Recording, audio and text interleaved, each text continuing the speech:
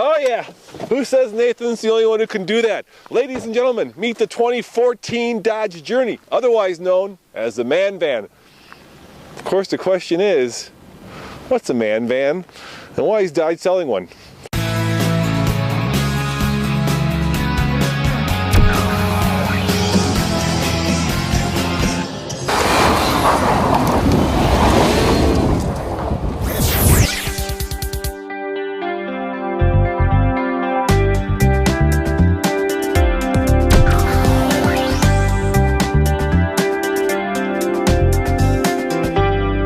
In America, Dodge markets itself as the bad boy of automobile brands. Think about the Challenger, the Charger, the SRT8 models. So where does a 5-door van-like vehicle fit into that lineup? Well, if you really want a minivan, I suppose you'd get the Town & Country, and if you really want a man van, go for the Dodge Durango, especially the one with the Hemi. This car, on the other hand, has the ubiquitous Chrysler Pentastar. It's a 3.6 liter that is mated to a 6-speed automatic transmission that powers all 4 wheels. So the question is, how does a man van drive? Let's take it for a ride.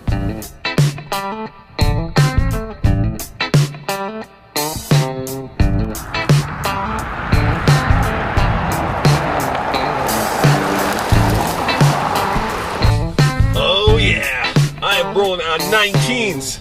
Ha ha! 19s, alright. This is not the ideal car, vehicle, man van to go canyon carving in, because let's face it, it's not about that. It's about getting as many people in here as comfortably as possible. For a $35,000 vehicle, there are a lot of thoughtful features built into the Journey, including heated seats, my favorite feature, a heated steering wheel, and check this out. This is something that's unusual. In-seat storage, nice little cubby hole there to put your extra stuff, especially stuff that you don't want seen. If that's not enough, there's an additional cubby hole right there. Can you get it, Sam? Can you see it? A lot of storage space. Check this out. This slides, folds. The one thing that is missing, oddly, is this. Check this out. I run my foot under the rear bumper, nothing happens. I press no button, nothing happens. It's missing the automatic tailgate, and that's because this car is getting a little bit old in the tooth, and this is a feature that most vehicles have nowadays, and this one unfortunately doesn't, so you have to close the tailgate the good old manual way.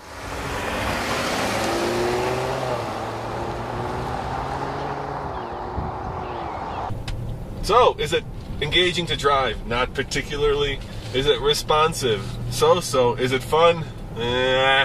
I guess on the TFL fun scale, this is probably somewhere at about a 5, if I'm being completely honest. But, is it easy to drive? And the answer to that is a resounding yes. The interior of the Journey is a nice place to spend some time. First of all, you've got a very high seating position, so you can see over the top, you can see the corners of the car. The materials are soft, real leather here. I love this fat steering wheel. And you have what I think is the industry's best infotainment system. Not only is it big, but it's intuitive and easy to use. It's my favorite because I don't have to think and I don't have to hunt for little buttons like you would perhaps in Ford's Sync system.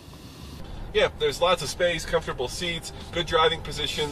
You're sitting up tall so you see over the front of the hood, so again. And the 6-speed transmission doesn't get in the way of the fun. It doesn't actually enhance the fun, but it doesn't get in the way either. You can shift it yourself, but that's kind of silly, so why do that?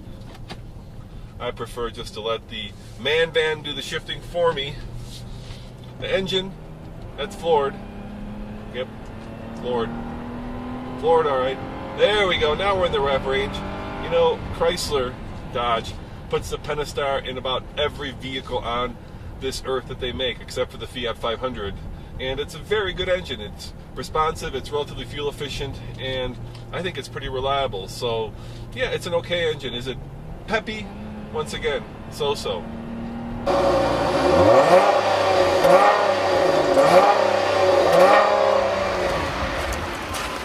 Alright, it certainly is no Dodge Durango Hemi, but it is smooth and silky, and it does have dual exhausts, which for a man van is okay.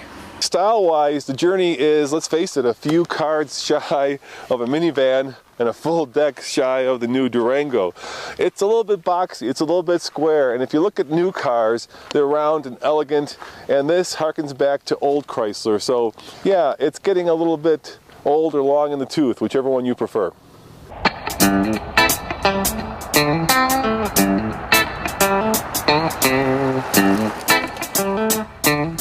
Really, the issue with the Journey, the man van, is time. Once upon a time, minivans were the cool kids on the block. Everybody wanted one.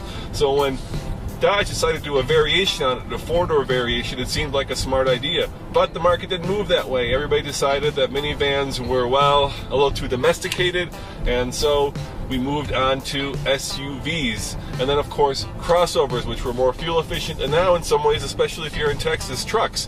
So this is a car that time has left behind.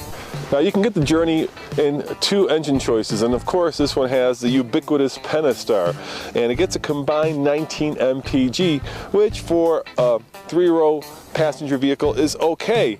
But we just recently reviewed the Toyota Highlander, which is also a three-row passenger vehicle, and if you get that one in the hybrid form, which is a little bit more expensive, I'll grant you that, you can get in the high 20s. So 19 is okay, but today it probably should and could be better.